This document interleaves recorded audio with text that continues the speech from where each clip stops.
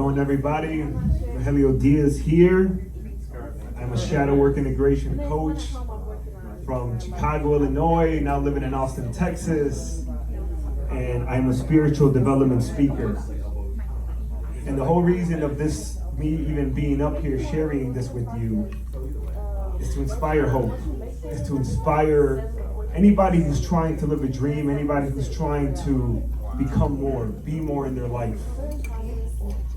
At the age of 22, I found myself an alcoholic, living with my parents, broke, no future, no purpose, down on my luck, and I had no idea what to do with my life.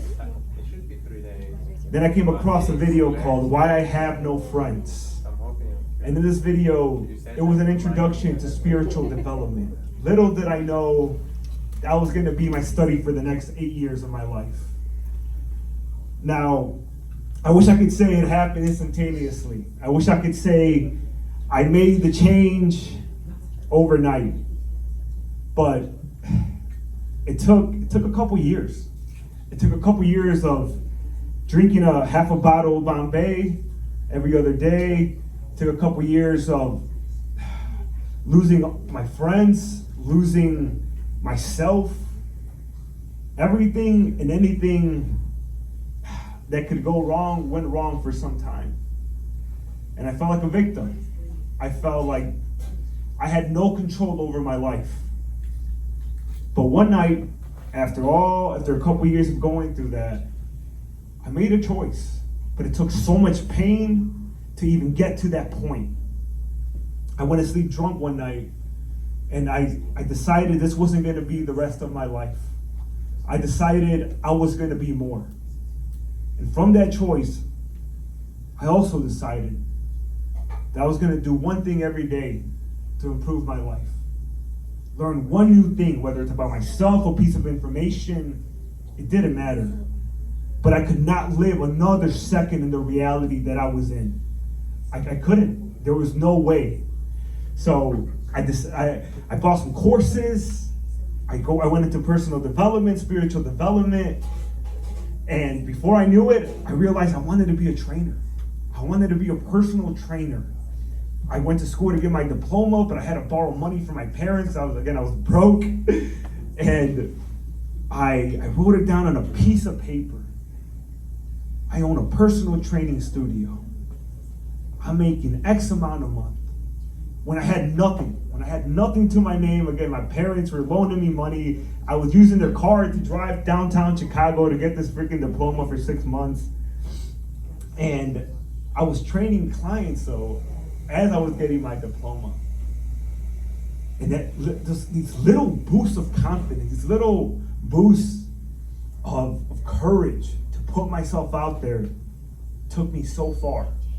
Because I was able to find the school, get out there. I met a multi-millionaire.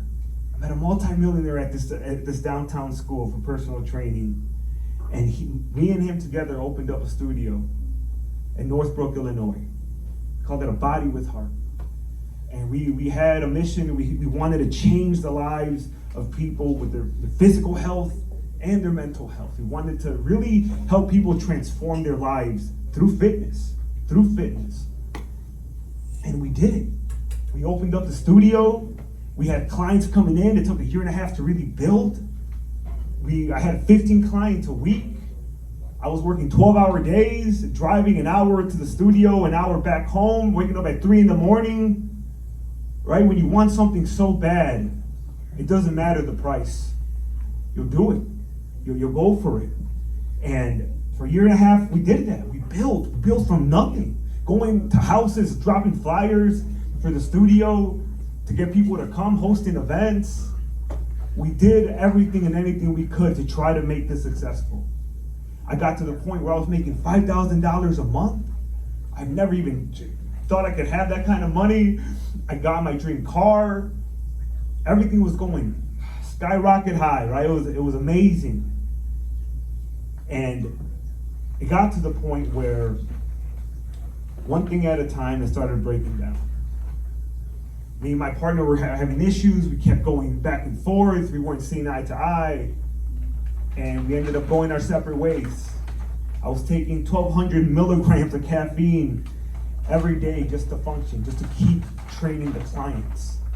And everything was slowly breaking down. And it got to the point where I woke up one morning shaking from so much caffeine, from so much anxiety. I went back to drinking on the weekends. It was like when I was 22 all over again. This happened when I was 25, right? The second time that life broke me. And I told my mom I can't go back. A grown man in his bed telling mommy I can't go back to work. I was so broken. I was so exhausted from working, from everything, giving everything and feeling like you failed, feeling like it wasn't enough. And that morning, I ended up having a conversation with my business partner, and I told him, like, I can't do this no more. I can't do this no more. I'm literally killing myself doing this kind of work, 12 hours a day. I can't. So I broke it off. And now, life really hit. No income, back to being broke, still living with my parents. I got a car payment now. I got insurance now. I have all these other things that I put myself in because I had the income at the time. And for 3 weeks, I gave up. I gave up for 3 weeks. I was eating Cheetos. I was watching Netflix. I really didn't care what was happening anymore. I lost myself. I really, really lost myself. But through that pain, through waking up every day feeling like shit, just saying, you know what, what's the point? What's really the point in all this? I came across this movie, Creed. You might have seen it. It's a movie about a boxer. And he's actually, it's a sequel from the Rocky movies. I freaking love the Rocky movies. They always inspire hope too, you know? And Creed, in one of the scenes, you know, he works his way to the top from just a startup boxer, and he wins his championship title. He wins his championship title, and he has everything he wanted. He has his dream girl, he has his dream life, he's living his dream. And then he gets knocked out by one of the challengers. Stripped of the title, down on his luck again. Now he's in a wheelchair. Now he's learning how to walk again. And I couldn't help but relate myself to that character. That's exactly how I felt. I felt like I was the person in the wheelchair, crippled, broken, no hope. And I'll never forget this scene. While he's learning how to walk, he goes into a pool. He goes to water rehab. And he comes down into the pool at the deepest level, and he starts screaming. He starts screaming with pain because there was so much anger, so much pain built up, and he didn't know how to release it. He didn't know how to let it go. So he screamed it out. He screamed it out, and I remember breaking down in that scene. That was exactly how I felt. And I know many people feel that same pain, where you feel like you gave it everything and you still lost. You still didn't win. But those are the moments that really make you. Those are the moments where you discover strength that you were never able to tap into without those painful moments. And I remember watching that scene and thinking, damn, that's my life. That's me. But I wasn't finished. I thought I was finished. I wasn't finished. That actually, after I cried, I found some hope, and I started creating content again. I started putting myself out there again. I realized there was more to me than this identity of being a trainer, this identity of this dream, this purpose that I thought was everything, but actually took me to my new purpose, my new way of life, which was doing what I'm doing now, helping people, spreading this message of what's possible when you don't give up. When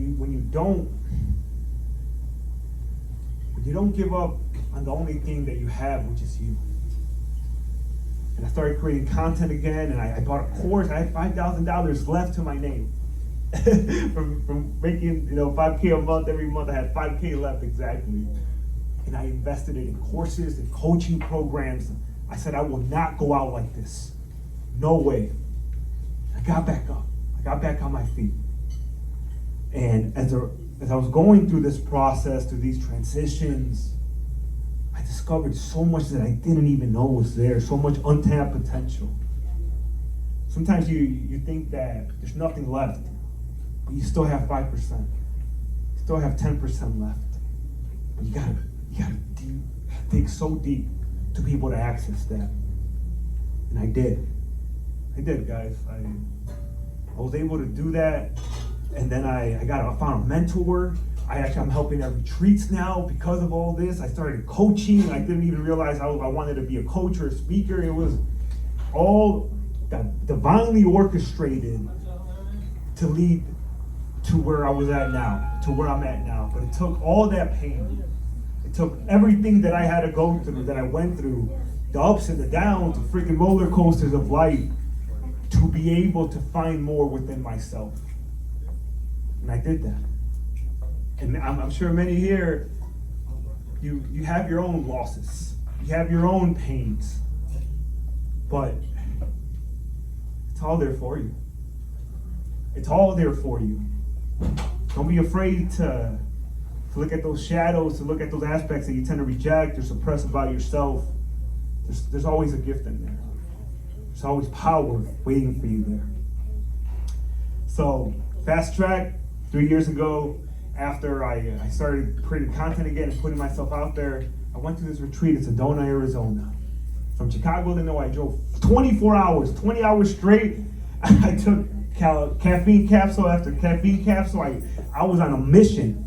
The truth is, I was running. I was running from Chicago. I was running from that life that I had in Chicago. I wanted to get the hell out of there. I was living there for 27 years.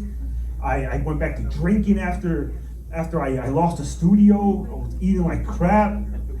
I was in a relationship that I hated for 5 years. Like, I didn't hate it for 5 years, but like the last couple years, I knew this was done. And I drove to Sedona, Arizona for this 4-day retreat. Everything freaking changed after that. I went through the retreat. I met a couple badass people. My buddy Vic, the host of the retreat, him and his wife. I connected with people that I never thought I would connect with. And after those 4 days, I decided I'm never going back to Chicago. All I had was my luggage and my car in a freaking dream. And I never went back. It's crazy, like, just even saying it, like, I never went back to Chicago. And I stayed there, and I had to grieve my parents. I never really got to say goodbye. And I'm on the phone with my mom, crying at a hotel, and it's painful, right? It's painful when you make these transitions, you take these leaps in life, and you don't know what's going to be the outcome. You don't know what's coming next. But I stayed there, and it was the best choice I ever made. I trusted myself. I believed in myself. And as a result, I created new opportunities for myself. Even though I lost the only clients that I had at the time, I was able to build something new, a new foundation, a new life for myself. At 27 years old, it's never too late, man. And that's never too late. And I did that. And here we are now, 3 years later. I was jumping city to city, Sedona to Phoenix, to Scottsdale, Arizona, to Flagstaff, Arizona, just making it up. You feel so free. You feel so free when you bet on yourself, when you take that jump. And if I wouldn't have taken that jump, maybe some of you can relate, I would have gone right back to what I was doing. I went back to Chicago. Drinking, messing around, doing the stupid stuff. Just stupid stuff. But I took the leap because I wanted more. And here we are now, guys. Here we are now, 3 years later, coaching, speaking, finding meaning with my life. And You can find meaning with your life too. There's no reason why you can accept or tolerate stuff in your life that you don't want. You don't like the way you live, and you can change it. But it starts with changing yourself. It really does. It starts with changing yourself and realizing that there's more to you than this perception of who you are right now. There's so much more. Can you see it? Can you see your true potential? I invite you to. I invite you to do one more thing. One more thing to help you improve your life, to help you be better, to help you love yourself more, have more compassion, make you feel like you're enough, whatever it is. If you don't like the way you're going, you can always change it. You don't have to wait 10 years, 20 years. You can do it now. You can really do it now. But thank you everybody for listening. I'm Rogleio Diaz, and it's been a pleasure.